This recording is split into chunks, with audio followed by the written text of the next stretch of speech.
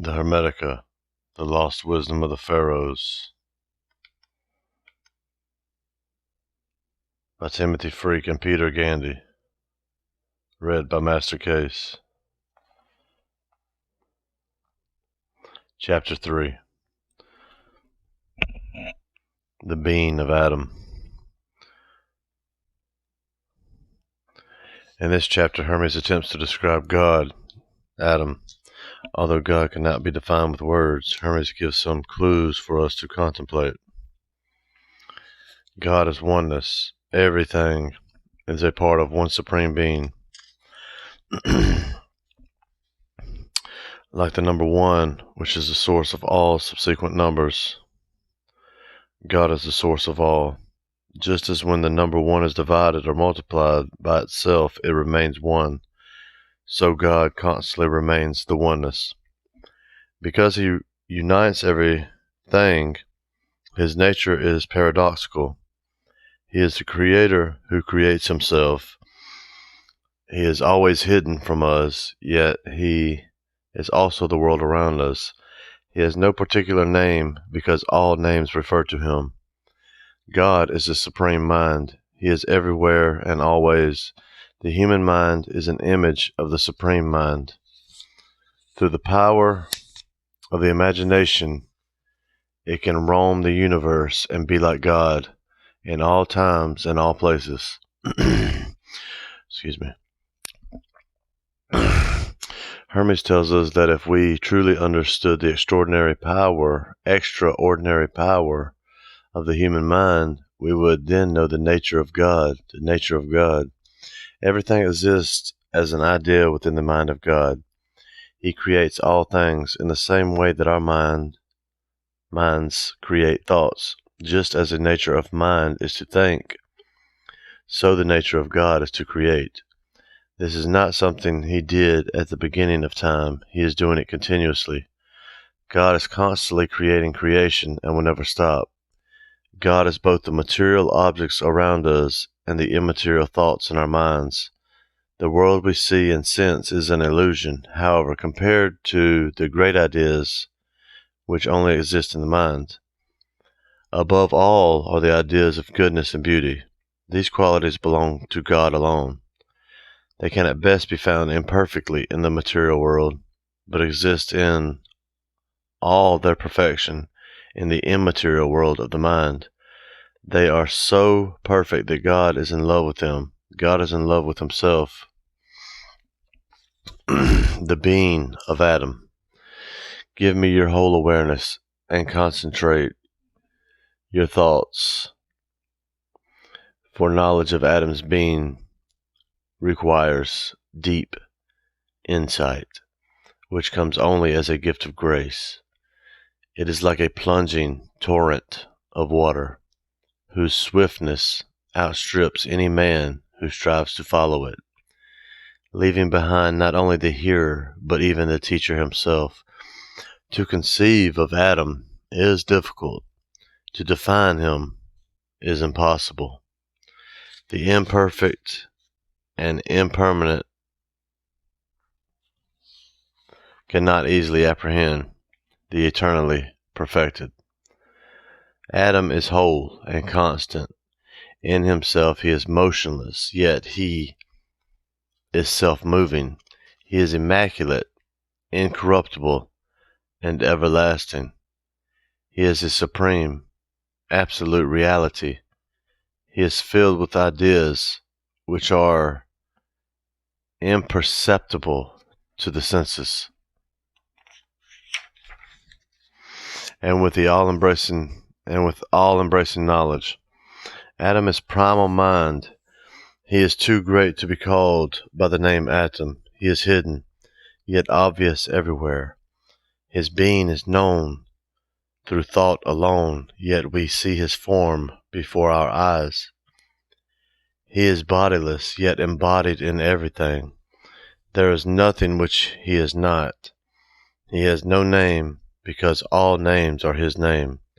He is the unity in all things, so we must know him by all names, and call everything Atum. Or I say Atum. I say Atum. It's spelled Atum. You can say Atum, Atum, Atum.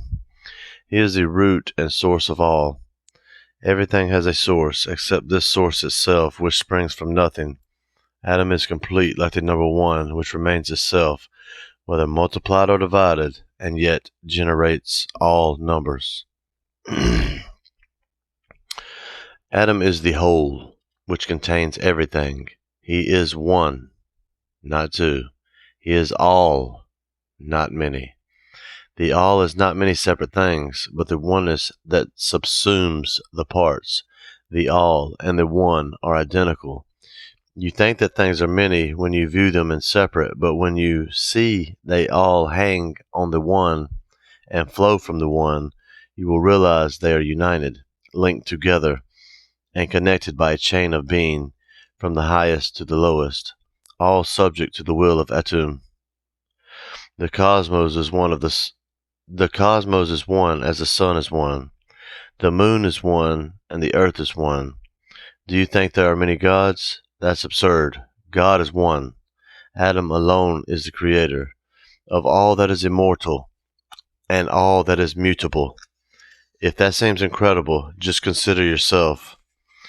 You see, speak, hear, touch, taste, walk, think, and breathe. It is not a different you who does these various things, but one being who does them all. To understand how Atum makes all things, consider a farmer sowing seeds. Here wheat, there barley, now planting a vine, then an apple tree.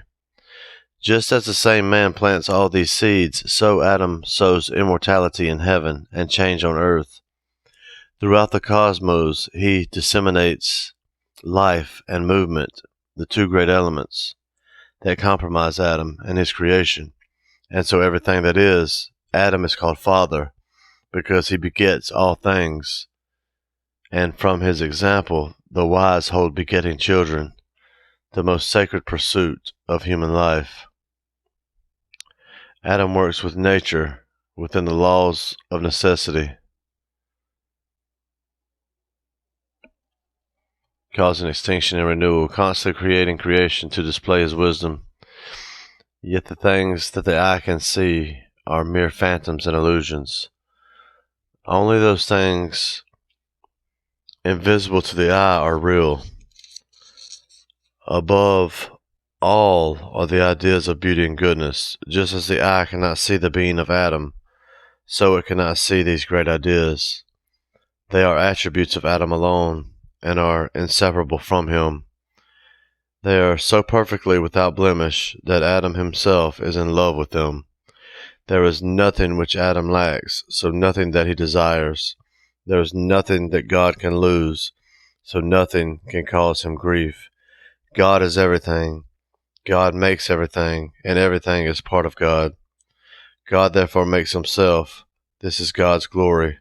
He is all creative, and this creating is his very being.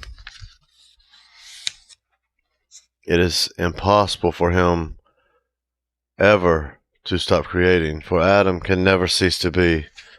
Atum is everywhere.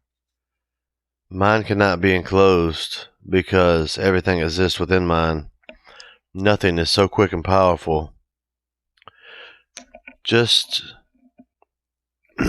look at your own experience. Imagine yourself in a foreign land, and quick as your intention, you will be there. Think of the ocean, and there you are. You have not moved as things move, but you have traveled nevertheless. Fly up into the heavens. You won't need wings. Nothing can obstruct you, not the burning heat of the sun or the swirling planets. Pass on to the limits of creation. Do you want to break out beyond the boundaries of the cosmos? For your mind, even that is possible. Can you sense that power you possess? If you can do all this, then what about your Creator?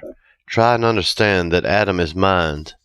This is how he contains the cosmos. All things are thoughts which the Creator thinks. In chapter 3.